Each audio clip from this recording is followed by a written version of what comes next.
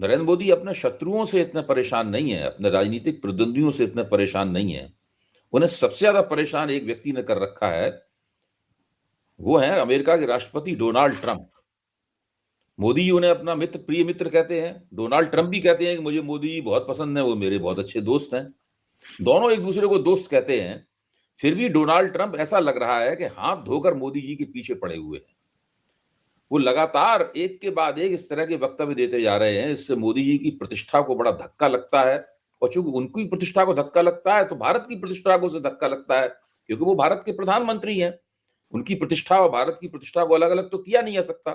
जब नहीं रहेंगे प्रधानमंत्री, तब फिर हम लोग नए सिरे से, नए तरीके से सोचेंगे इस मुद्दे के बारे में कि भारत की प्रतिष्ठा को कैसे परिभाषित किया जाए।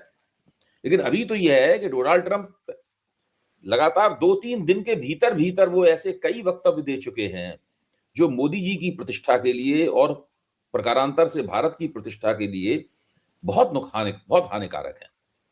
भाई, एक बार उन्होंने कहा कि मोदी जानते हैं कि मुझे खुश करना बहुत जरूरी है, अगर खुश नहीं हुआ तो फिर मैं और ज्यादा टैरिफ लगा दूंगा, और इसीलिए वो रूस से तेल कम खरीद रहे हैं। और उनके बगल में एक बड़े पुराने वरिष्ठ रिपब्लिकन रिपब्लिकन सेनेटर खड़े हुए थे। उन्होंने तो ये तक कह दिया कि भारत के राजदूत उनके साथ चिरौरी कर रहे थे। लिंडसे ग्राहम, हाँ, लिंडसे ग्राहम, लिंडसे ग्राहम, हाँ, जी जी, वो खड़े हुए थे। वो तो भारत के राजदूत के जब घर गए तो वो चिरौरी कर रहे थे कि हमने रूस से तेल खरीदना कम कर दिया है, अब आप हमारी राष्ट्रपति से सिफारिश कर दीजिए। अब दूसरे दिन उन्होंने ये कह दिया है कि मोदी जी मेरे शपथ ग्रहण समारोह के बाद या उससे उसके इसके दौरान मुझसे गिड़गिड़ा के कह रहे थे कि मुझे बुला लीजिए अपने पास मिलने के लिए। तो ये सब जो हो रहा है, वो आखिरकार मोदी जी की प्रतिष्ठा को कहां ले जा रहा है, और इससे क्या फर्क पड़, कौन सा भारत का ऐसा कौन सा हिस्सा है कि मोदी जी के जो कट्टर समर्थक हैं वो इसको देख के चौंक रहे हैं, और मोदी जी आखिरकार चुप क्यों हैं? अगर वो पलटकर डोनाल्ड ट्रंप को कड़ा जवाब दे देंगे तो उससे भारत का और क्या नुकसान हो जाएगा, इतना डोनाल्ड ट्रंप पहले से कर चुके हैं। अभय जी, इस मुद्दे पर पक्ष लेना मेरे लिए दिक्कत हो रही है, मुश्किल हो रही है मुझे। जैसे कि आपने शुरू में अपनी इंट्रोडक्शन में बोला कि हमारे प्रधानमंत्री का अवमानना हमारी अवमानना है, बिल्कुल, समस्त भारत की अवमानना है। मैं एक बात आपको बताना चाहता हूं कि हमको परेशान क्यों कर रहा है डोनाल्ड ट्रंप, क्योंकि वो स्वयं बहुत परेशान है। डोनाल्ड ट्रंप जो है वो अपने देश की जनता का ध्यान भटकाना चाहता है एप्स्टीन फाइल से। और डोनाल्ड ट्रंप जो है वो आज के दिन में कई बार ये उसको बुलाता था, शुरू में जब ये बना था राष्ट्रपति अमेरिका का, तो मैंने एक जगह कहा था, मैंने कहा भाई ये अंतरराष्ट्रीय पॉन्टी चड्डा है। He is a real estate man, he is a land shark. और जहां जहां इसको कोई खनिज पदार्थ या कोई सोना या कोई रेयर अर्थ मिनरल्स मिल रहे हैं या तेल, तो वहां वहां इसकी नजरें जा रही हैं। ये वो नरभक्षी है जो हर जगह पूरे समस्त दुनिया में आज के दिन अराजकता फैलाए हुए है। जो उसने किया है वेनेजुएला में, ये बात सच है कि वेनेजुएला का जो राष्ट्रपति जिसको पदच्युत किया गया वो डिक्टेटर था, उससे अपने देश के लोग बड़े नाखुश थे। लेकिन उसको जिस तरह से हटाया, वो अमेरिका की जितनी भी इतिहास है उस इतिहास के विरोध में।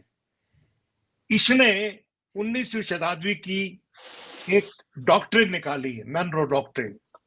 और मनरो डॉक्ट्रिन जो है उसके चलते ये चाहता है कि वेस्टर्न हेमिस्फीयर में जो यूरोपियन पावर्स हैं उनका कोई हस्तक्षेप ना रहे।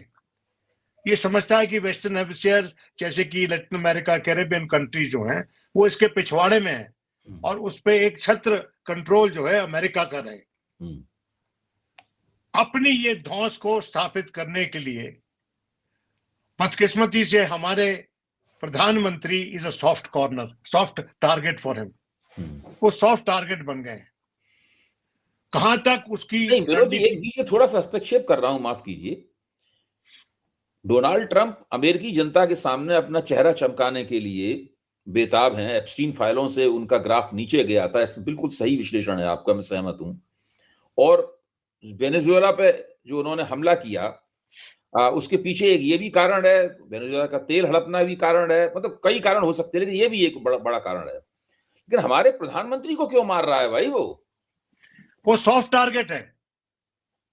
उसको पता है कि हमारे प्रधानमंत्री आजकल जिस तरह से दुनिया तकसीम की है अपने दिमाग में और अपनी रणनीति में, डोनाल्ड ट्रंप ने उस तकसीम दुनिया में भारत की जो पैठ होनी चाहिए वो आज के दिन नजर नहीं आ रही है।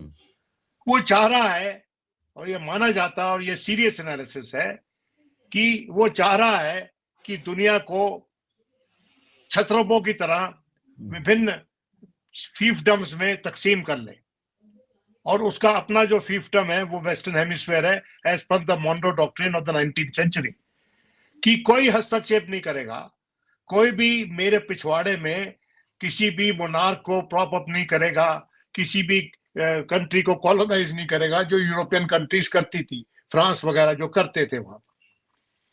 लेकिन अब वो वहां पर जो तकसीम किया है उसमें शायद उसके दिमाग में यह है कि चीन ताइवान ले ले, रूस जो है यूक्रेन ले ले, मैं अपना जो मेरा निर्धारित स्फीयर ऑफ इन्फ्लुएंस है उसको बनाए रखूं।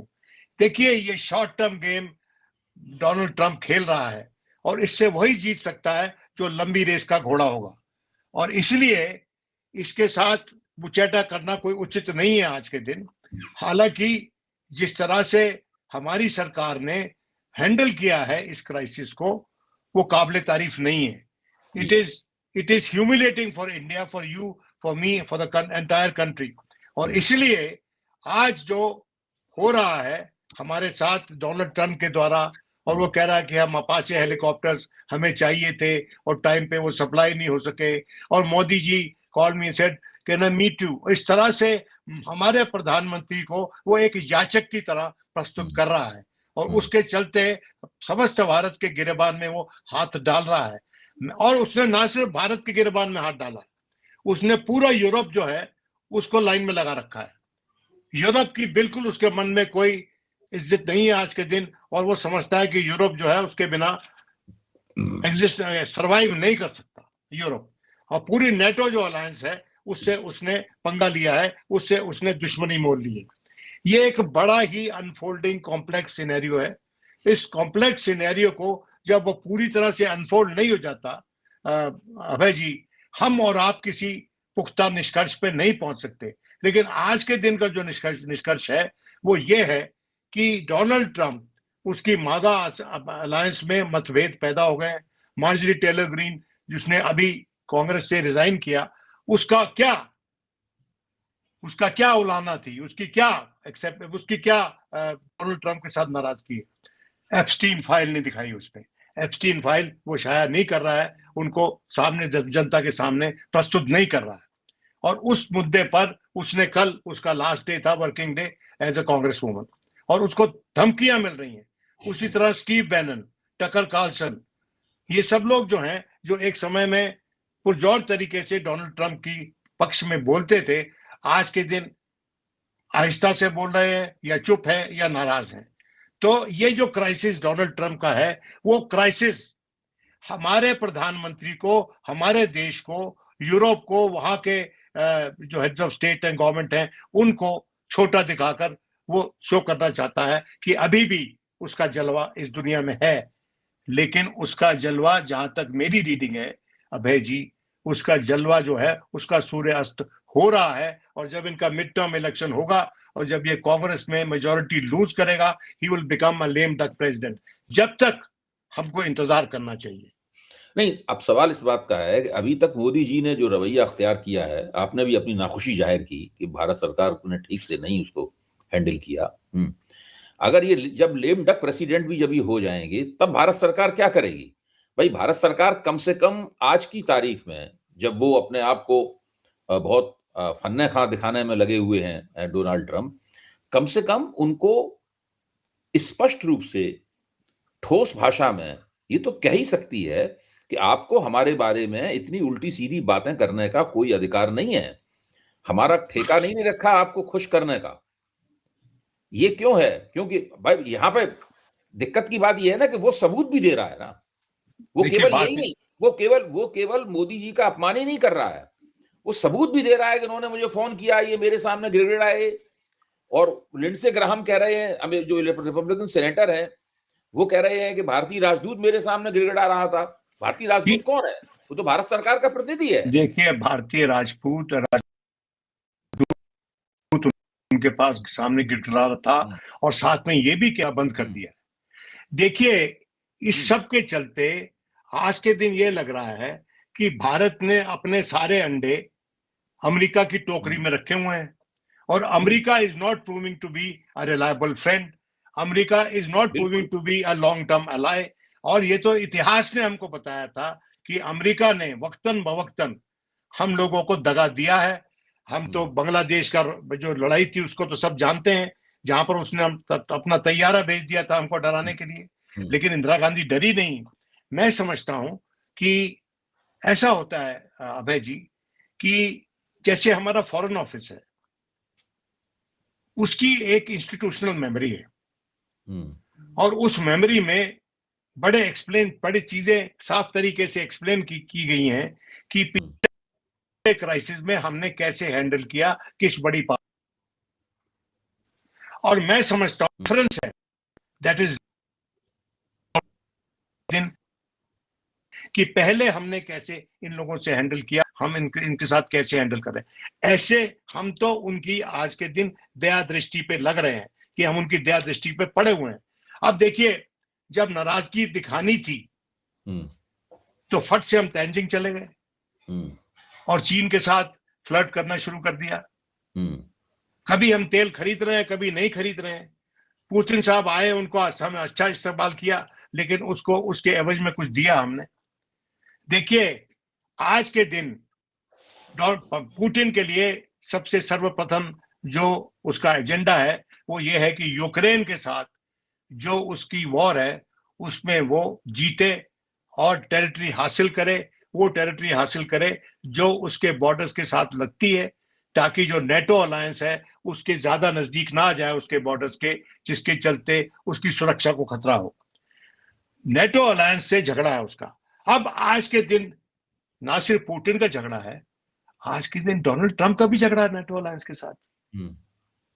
जिस तरह से वो यूरोपियन पावर्स के साथ फेस कर रहा है, इस पूरे मुद्दे पर हमारे देश में कोई चर्चा नहीं हो रही, क्योंकि हमारी सरकार जो है वो विपक्ष को के साथ कोई बातचीत नहीं करना चाहती। क्या आप समझते हैं कि आज के दिन अगर सरकार रीच आउट करेगी कांग्रेस पार्टी को, जिसने इतने लंबे समय तक फॉरेन पॉलिसी चलाई और अच्छे तरीके से चलाई, हमारे मनमोहन सिंह जी के टाइम भी जो फॉरेन पॉलिसी चल रही थी, अब जैसे देवयानी खोबरागाडे का जो प्रकरण था अगर आपको याद हो तो, जी। हमारी जो फॉरेन सर्विस की अफसर थी जो कि डिप्टी काउंसिल जनरल थी शायद न्यूयॉर्क में, और उसमें कोई उसके खिलाफ केस हो गया था कि वो अपनी जो मेड सर्वेंट लेके आई थी, इंडिया से ले गई थी, उसको सही पैसे नहीं दे रही as per the ways laws of the United States, और उसके खिलाफ कार्रवाई शुरू कर दी। जब उसके खिलाफ कार्रवाई शुरू की अमेरिका ने, तो हमारी सरकार ने जितना भी सिक्योरिटी लगी हुई थी सुरक्षा के लिए उनकी एम्बेसी की, विड्रॉ कर ली। वो मनमोहन सिंह की सरकार थी, जिसको कि बीजेपी मनमोहन सिंह बोलती है, मिस्टर क्वाइट। आज के दिन मोहन कौन है भाई? देखिए ऐसा है कि chickens have come home to roost. Sure. और शायद उसी के चलते अभय जी हमारी सरकार जो समस्त भारत की नॉलेज और विजडम है फॉरेन पॉलिसी पे, उसका इस्तेमाल नहीं कर रही। वो सिर्फ अपने दिमाग से चल रही है, फॉरेन पॉलिसी चला रही है।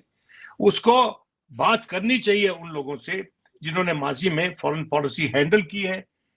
उन्होंने अपने लोग साइड करके बिठाए हुए, यशवंत सिन्हा जैसे लोग। उन्होंने कभी अरुण शौरी से बात की है क्या? उनके पास खुद के पास अपना विजडम है, अगर वो विपक्ष के पास नहीं भी जाना चाहते। लेकिन मैं समझता हूं ऐसे समय में जो क्राइसिस होता है किसी भी मुल्क का, वो साझा क्राइसिस होता है। इसीलिए आज मैं जो आपसे वार्ता कर रहा हूं और आप भी जो वार्ता कर रहे हैं वो सकुचा के कर रहे हैं। आप कोई भाला तान कर या बंदूक तान कर सरकार के प्रति नहीं कर रहे हैं। आप वरीड हैं, आप चिंतित हैं कि हमारे देश के रसूख का क्या हाल है आज के दिन, जिसके प्रधानमंत्री को ऐसे प्रस्तुत किया जा रहा है जैसे कि वो अमेरिका की बैक एंड कॉल पे है। No prime minister of India including mister Modi can ever be at the beck and call of any other country, because we are a sovereign democracy and we are the world's largest democracy। और इस बात को assert करते हुए और Donald Trump को जताते हुए कि दुनिया का सबसे पुराना लोकतंत्र आप हो सकते हो, लेकिन आज के दिन दुनिया का सबसे अनभिज्ञ लोकतंत्र आप लग रहे हो।